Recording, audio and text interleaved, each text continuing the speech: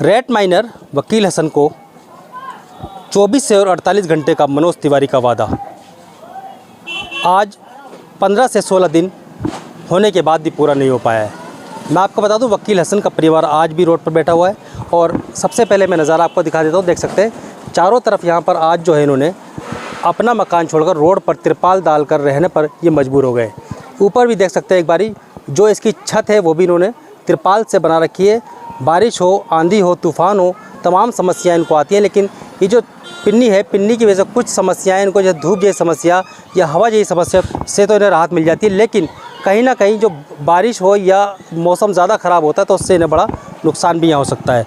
तो वकील हसन लगातार 23 से 24 दिन से रोड पर है, लेकिन इनकी सुनवाई इस मकान को लेकर नहीं की जा रही है।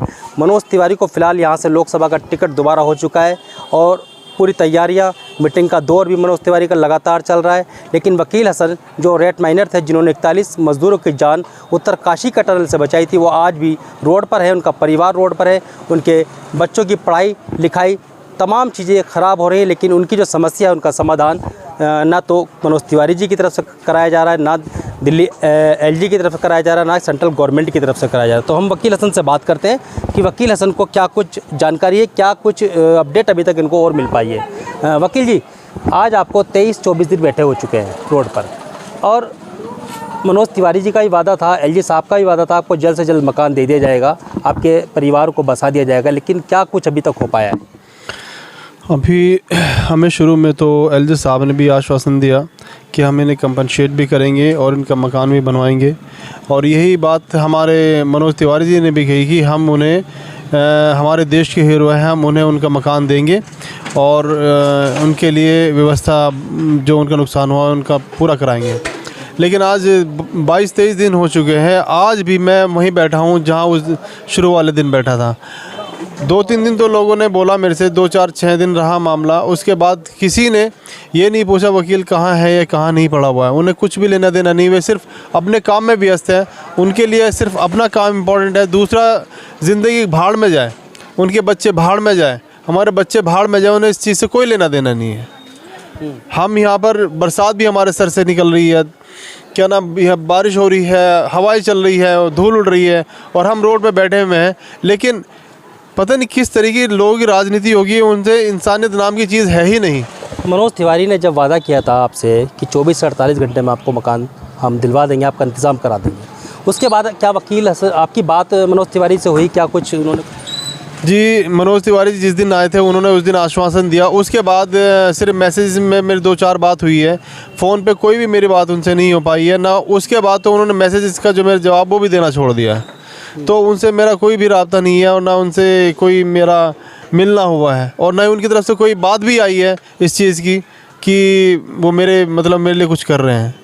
पहले बोला था कि हम कुछ ऐसा करेंगे जो दिल्ली में कभी नहीं हुआ, मुझे बहुत आशाएं बंधी थी, बहुत उम्मीद जगी थी, लेकिन कुछ भी नहीं हो पाया, वो कह के रह गए, बस कुछ नहीं हुआ। अभी रमज़ान भी चल रहे हैं, कैसे गुजर बसर कर रहे हैं रोड पर आप? जनाब, सोना लेटना तो यहीं हो जाता है, टॉयलेट वगैरह हम लोग हैं ना जो हमारे पड़ोसी उनके यहाँ चले जाते हैं, और खाना वगैरह जो हमारे जो रिश्तेदार हैं यहाँ पर आसपास में रहते हैं उनके यहाँ से आ जाता है। और मैं कहता हूँ अगर ये हादसा मेरा किसी और जगह होता जहाँ मेरे दोस्त ना होते, रिश्तेदार ना होते, तो हम वहाँ भूखे सड़ के मर चुके होते। अभी क्या चाहते हैं आप?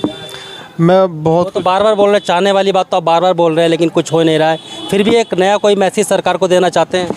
मैं मैसेज ये देना चाहता हूँ, आप कितने भी कान में अपनी उंगली डाल लें, लेकिन मैं यहाँ से हटूँगा नहीं जब तक मुझे मेरी जगह नहीं मिलेगी, मेरे बच्चों का आसरा मुझे नहीं मिलेगा। मैं यहाँ से हटूँगा नहीं, तो अपने बच्चों के साथ मैं यहीं रहूँगा। तो सुना आपने, ये वकील हसन वही रेट माइनर हैं जिन्होंने उत्तरकाशी से 41 मज़दूरों को इनकी टीम ने और इन्होंने मिलकर बाहर निकाला था, लेकिन जो सांसद मनोज तिवारी हैं उन्होंने किस इरादे के साथ जो वादा किया था 24 से 48 घंटे में मकान दिलाने का, वो तो समझ से बाहर है, लेकिन ये अभी लगातार ये मांग कर रहे हैं कि मुझे किसी भी तरह मेरा मकान दिया जाए। तो इनकी जो वाइफ है वो भी हमारे साथ में, उनसे भी एक बार हम बात कर लेते हैं, क्या कहेंगे। उसके बाद मनोज तिवारी आए तो कोई संदेश आया उनका? उनका कोई संदेश नहीं आया, क्योंकि संदेश तो तभी आएगा जब इंसान किसी के बारे में कुछ सोचेगा। उन्हें अपने इलेक्शनों से, अपने काम से फुर्सत होगी तभी तो वो हमारे बारे में सोचेंगे। पता है, मैं ये सोचती थी कि भाई नेता लोग सब ऐसे ही होते हैं, मगर अब आके मुझे ऐसा लगा था कि नहीं, इनके अंदर भी इंसानियत होती है। जिस तरह से मनोज तिवारी जी ने हमें आश्वासन दिया था ना, तो हमें उनके अंदर एक बहुत ही बेहतर इंसान दिखाई देता कि हाँ, ये लोगों के हमदर्द है।